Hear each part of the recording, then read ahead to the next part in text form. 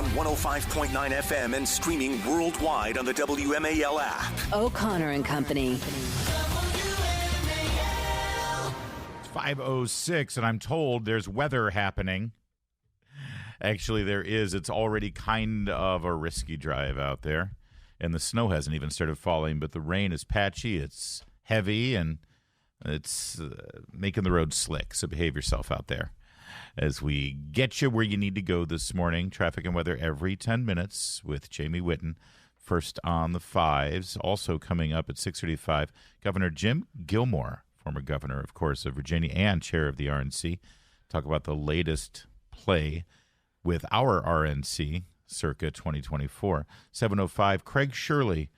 He's a historian, of course, and the go-to author and biographer of Ronald Reagan. He's got a new book called The Search for Reagan. And also, I'm hearing a lot of rewriting of history about, Joe Biden is fine. I mean, look at how Ronald Reagan was when he was president. It's a despicable and outrageous comparison, and Craig Shirley will be the final word on it coming up at 7:05. 7:35, Jamie Brennan running for Frederick County School Board. And then at 8:05, we've got the Lieutenant Governor of Virginia, Winsome Sears. And, of course, we've got the effervescent, ever-bubbly, blonde bombshell, Julie Gunlock. Good morning. Good morning to you, Good morning. Julie Gunlock. Good to see you. So, in case you missed it, we actually realized we had so much yesterday. We had the aftermath of Biden and the, crumbling disintegration of his presidency. We had the Super Bowl. We had all of the legislative agenda this week, all the things that are going on. We have the Ukraine vote where the debate is ongoing right now in the Senate as J.D. Vance and several other Republicans are sort of putting in, not a filibuster, but they're definitely extending the debate process as we speak over money for Ukraine. We had so much to get to yesterday that we completely forgot to mention that Larry Hogan's running for Senate. Yeah, it's in good Maryland. news. I mean, it's not that we forgot. I mean, we had it there. But it's like, well, that story's not going away. We can hit on it. And we probably should because, first of all, we were sort of criticizing Larry Hogan for what appeared to be kind of a vanity project to see if he could run for president, either as the Republican nominee, where he discovered pretty quickly, Julia, that he was not going to even come close. We got to hand it to him. He read the room, as they say, and recognized there was no path for him in any way whatsoever for the Republican nomination. Then he flirted with this no labels thing, and it looked like he was going to run for president as a third party. Again, vanity project, really about the ego instead of actually doing something effective. And we kept saying, run for Senate. You want to stay in the game. There's an open Senate seat. Ben Cardin of Maryland is retiring. There's an open seat. It's ripe for the picking. You're a pretty popular guy in Maryland. If there's any job that you could take right now, run for Senate in Maryland. And then he decided over the weekend, hey, I got an idea. I'm going to run for Senate in Maryland. Good. Right? Good for him. Yeah. And I don't know if he's going to be my first choice in the primary. I know. I always kind of like to vote for the most conservative candidate available. And I think it's not him. No, not compared to other Republicans. I don't think. I mean, we're going to interview Maryland. all of them here. It's Maryland. It's Maryland. You absolutely great on a scale. Right. And listen, my friend and colleague and mentor, one of my handful of mentors, Mark Levin, came out very strong over the weekend saying, thanks, but no thanks, Larry Hogan. Oh, interesting. We don't need another rhino to prop up Mitch McConnell and that whole little cabal of. And he's basically going to replace Mitt Romney. Mitt Romney's going away. If Larry Hogan gets into the Senate, he'll be our Mitt Romney, right? Yeah. So Mark Levin has already said absolutely not, no way whatsoever. Mm-hmm. Let's see what happens in the general election, because here's the thing. I can already tell you right now, and I'm sorry for being pragmatic. Let me be clear. As a Marylander, I will vote for the most conservative candidate in the Republican primary. My hunch is it's not Larry Hogan, but I'm willing to listen to him. Yeah. If the choice is between David Trone, the presumptive Democrat, and Larry Hogan, yeah, I'm going to vote for Larry Hogan. Right. Because you're voting for the Senate, you're voting for 1 out of 100 to be part of a Republican majority. And even with a squishy Republican senator who is going to let me down a lot, if he contributes to taking the majority away from Chuck Schumer, then I'm going to vote for the guy who's going to contribute to taking the majority away from Chuck Schumer. That's right. Look, you have to be pragmatic to some degree. You can't be a purist.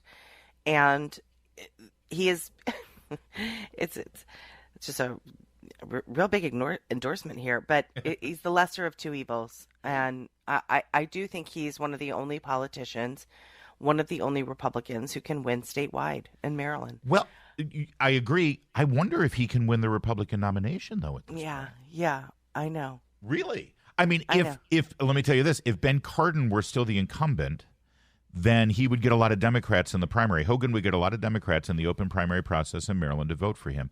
But since the Democrat candidate's nomination is up for grabs, too, it's pretty much just going to be Republicans voting in the Republican primary. Mm-hmm. And I wonder if Republicans are still in a place, if they have a clear choice. Now, we've interviewed, I think, 2 of the other candidates so far who are declared. And as usual, we're going to stay objective here in the primary process. We want the best Republican to win. And more importantly, I don't want to get out in front of my fellow Maryland Republicans and say, I know better than you, and this is who you should vote for. No, I don't. We're going to have an open forum here for the candidates, and you guys can make the choice, just like I, as a Republican in Maryland, will make the choice. We're just sort of projecting onto the general here, what if? And I think it's fair to say Larry Hogan is going to be the most the best financed Republican running. Sure. Certainly with the best. You can't discount the fact that he was an incumbent governor for 2 consecutive terms in Maryland. He's going to immediately be the front runner. But he's going to have to start proving to Republicans in Maryland that he's a Republican. Yeah. And a conservative one at that.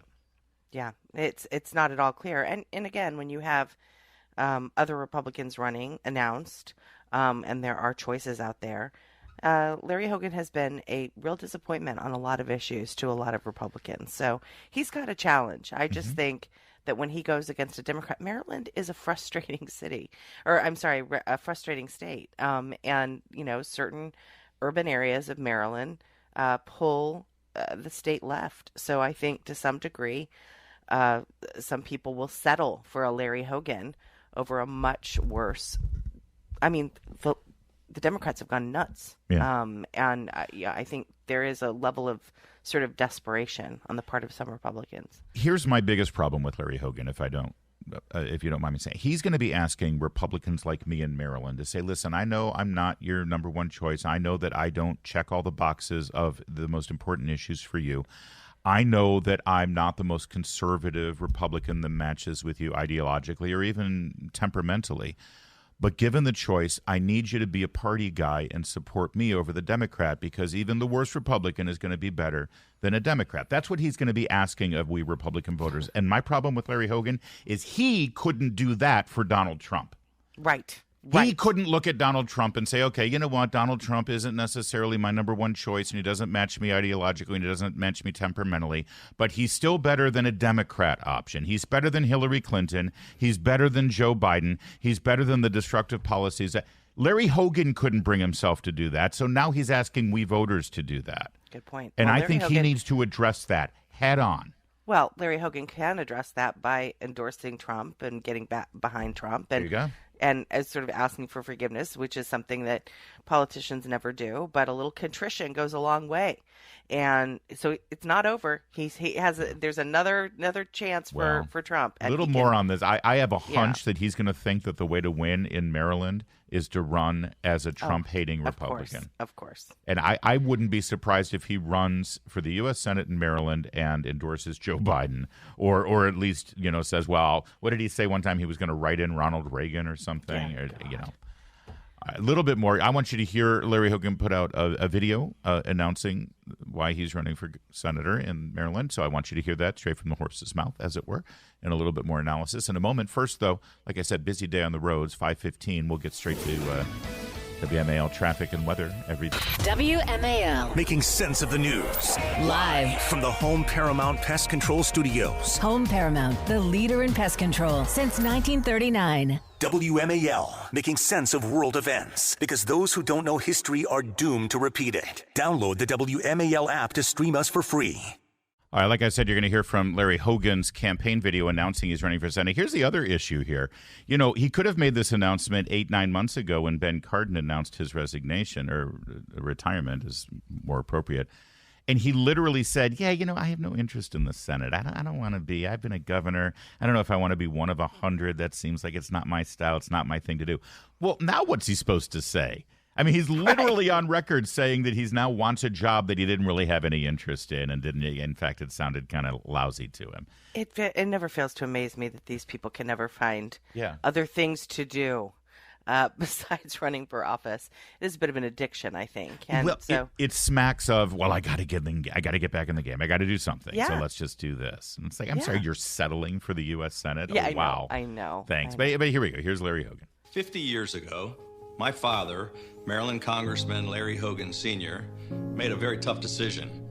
He became the first Republican to come out for the impeachment of President Nixon. Now, he's leading here with, I come from a long line of Republican politicians who have called for a corrupt president, a crook Republican to step down. I mean, what is he telegraphing here with this message, Julie?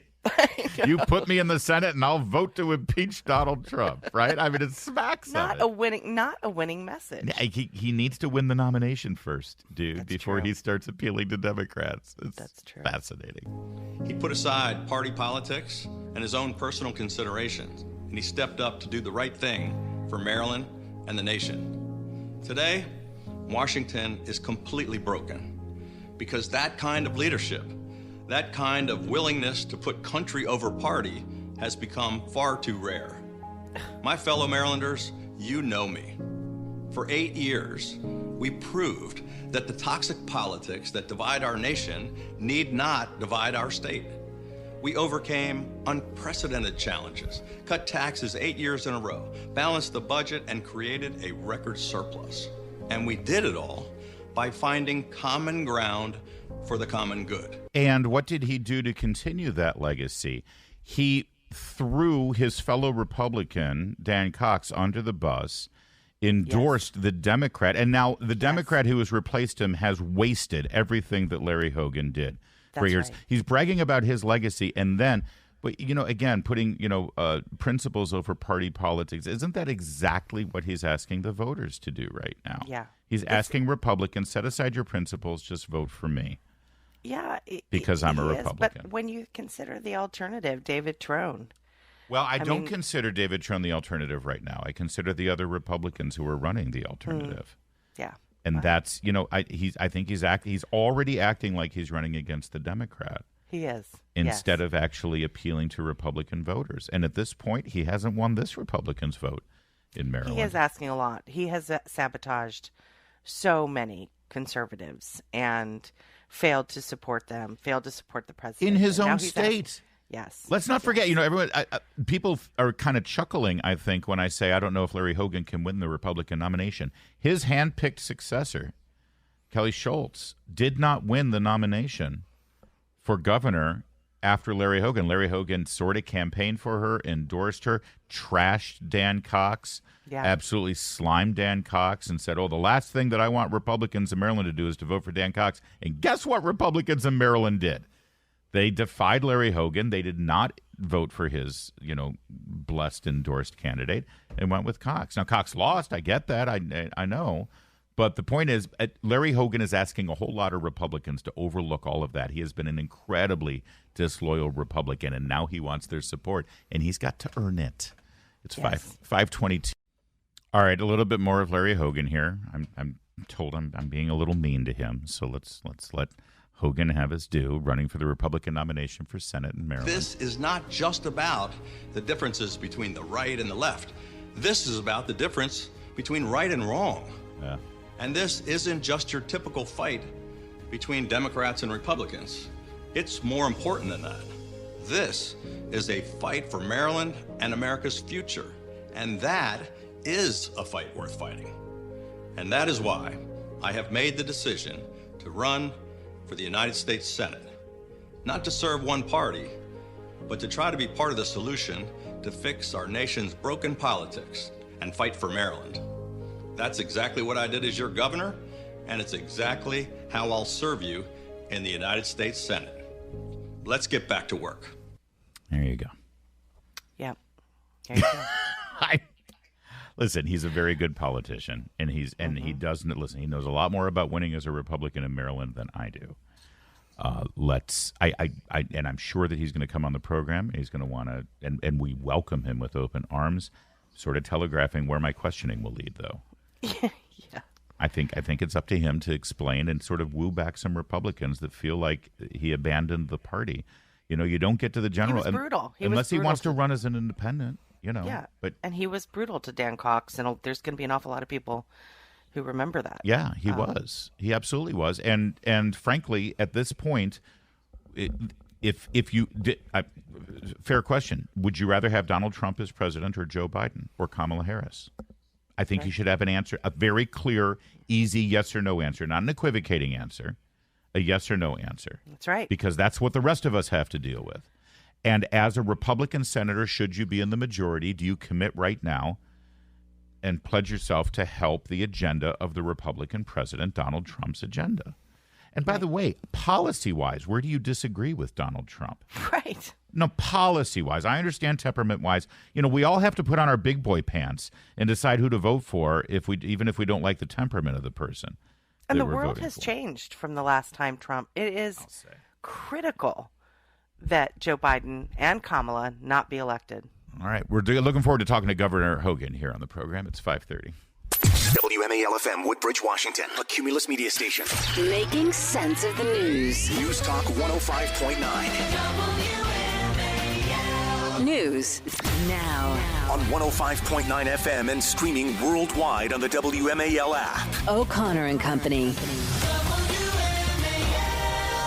All right, careful. Slow down now. You can bring it down like 10, 15 miles from your usual speed, and it's better. Trust me, you'll get there eventually.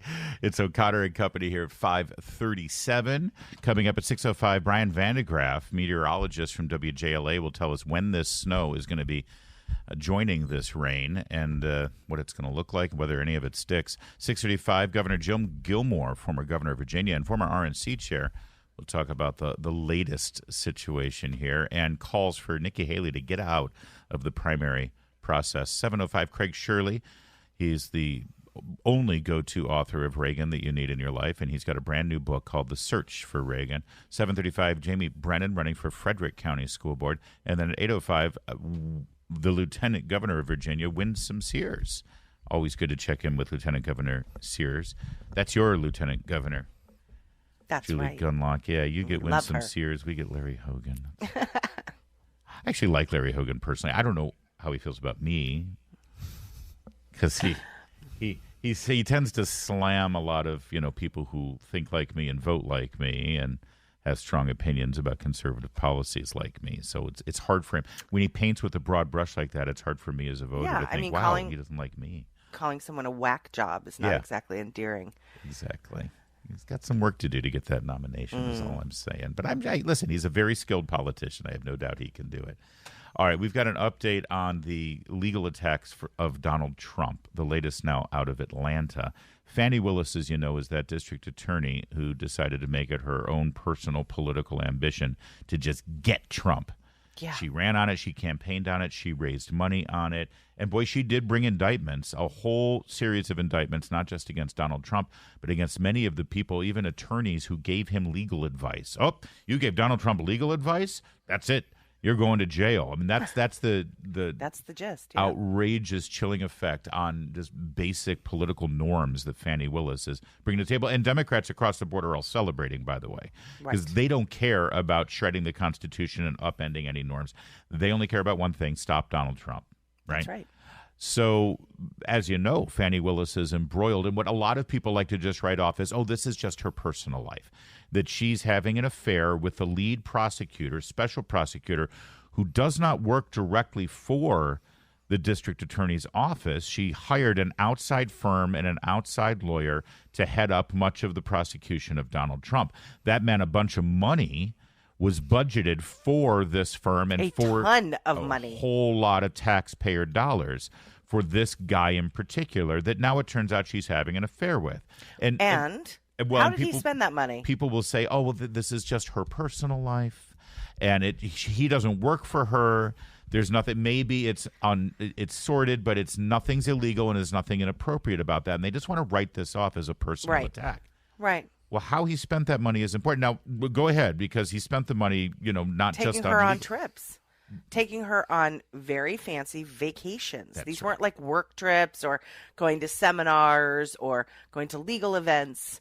No, these were incredibly fancy, high-end vacations. That's right. Multiple. Napa Valley, yes. French Laundry, and luxury cruises. Yes. And, of course, and again, the apologists will say, well, listen, he's a lawyer. He's making money. He should be able to spend that money however he wants. Oh, and by the way, he was married. Oh, well, there's that, too.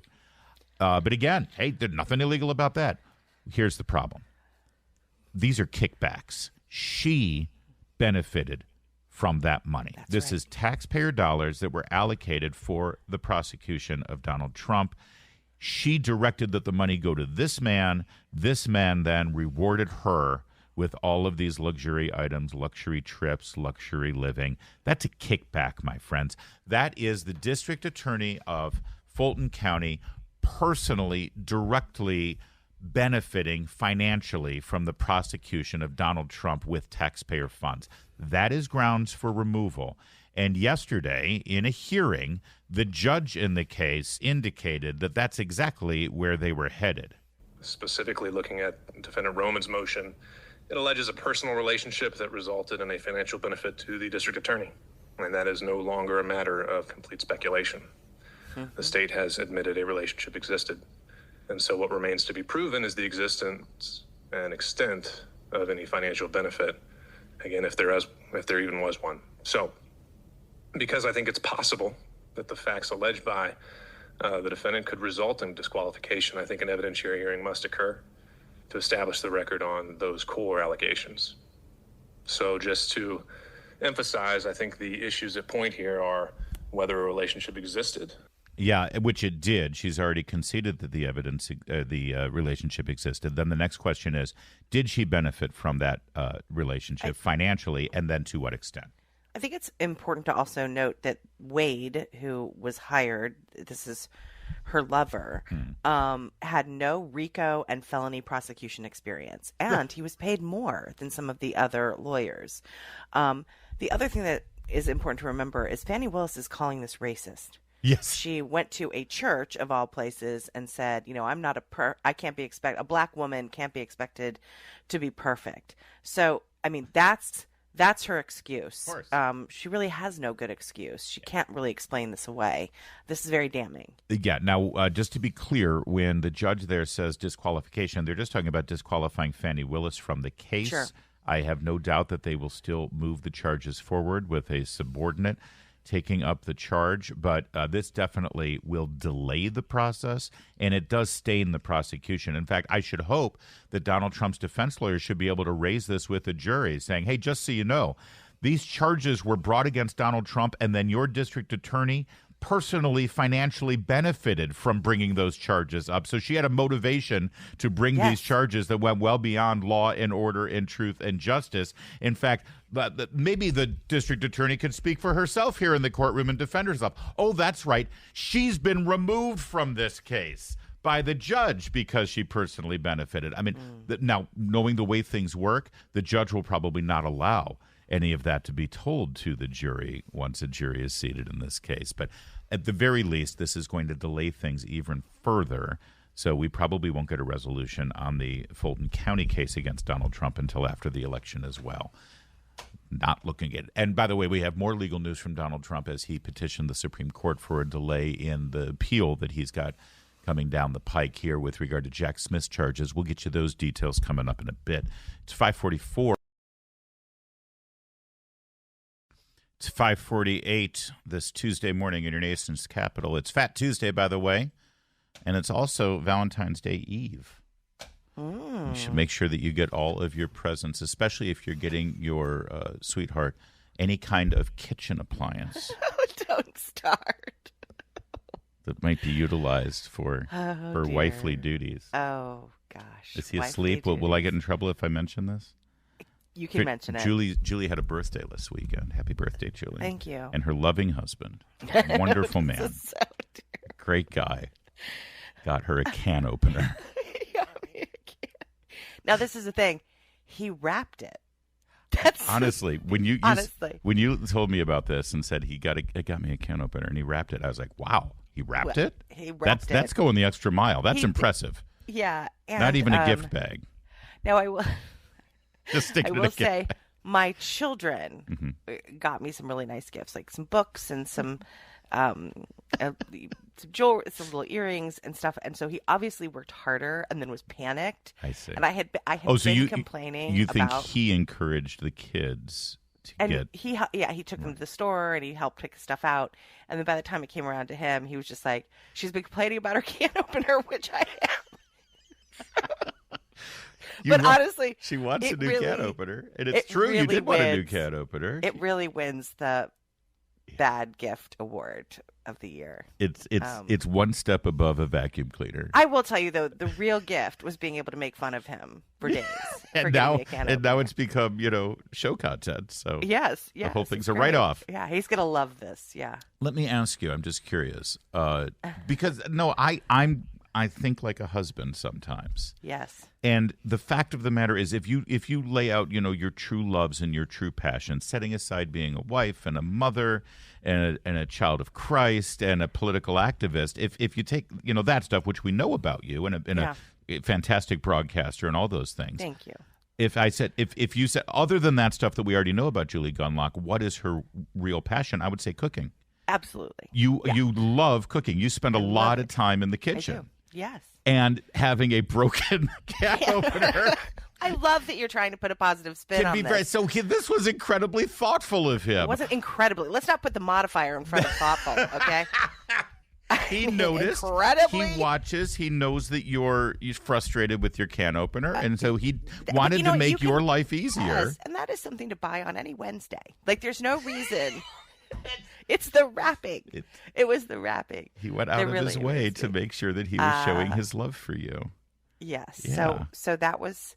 But what is he going to get you for Valentine's Day? A little broom and pail to clean up after the dog? A loaf of bread and some luncheon meat. Go make me a sandwich. Go make something happen in the kitchen, honey, as he swats your behind. Yeah, exactly. I forgive him. And again, my kids got me some nice stuff. And I will tell you this. Wait, whoa. Oh, come on. I know. You forgive him? You think he requires... Did he apologize? A little. Yeah, he did. Oh, my gosh. He shouldn't. He should apologize for nothing. Oh, he was... Look, this is very funny, and we had a good laugh at it. But I will continue to harass him about giving me a can opener for my birthday. He is a romantic guy. It is the only thing that's appropriate. Your husband gives you a can opener for your birthday. He's got to... There's going to be years of ridicule. Was it a battery-powered? No, it was not. Solar powered. Was it a plug-in can opener? So you still have to do the work. It was, yeah. So it wasn't even like a fancy gadget. It was just. No. It was like something from the Safeway shelf, wasn't it? Yep, it was. It was panicked buying. Did the color match your kitchen motif? No, and it wasn't even a pretty color. It was black. But he did. Okay, so I should be really honest here because he's gonna get mad. Yeah. He did bring me flowers. See? But they were there. It was clearly panicked grocery store flowers. And he made me a little brownie cake. Oh. That we could have that nice. So he baked for you? You left that out of the story. Yeah, he made a little, He's a great man. He's a great guy. He and a wonderful husband. And happy can birthday. opener. Can opener. The very best part about this is whenever we do a public appearance and I point Darren out in the crowd. Now you have something to say. I won't even have to because everyone will know it. This is going to be legend. This is the stuff people remember forever. Julie's husband got her a can opener for her birthday and wrapped it. So, guys, tomorrow is Valentine's Day. Do better. Yes. Do better. Do better. It's 5:50.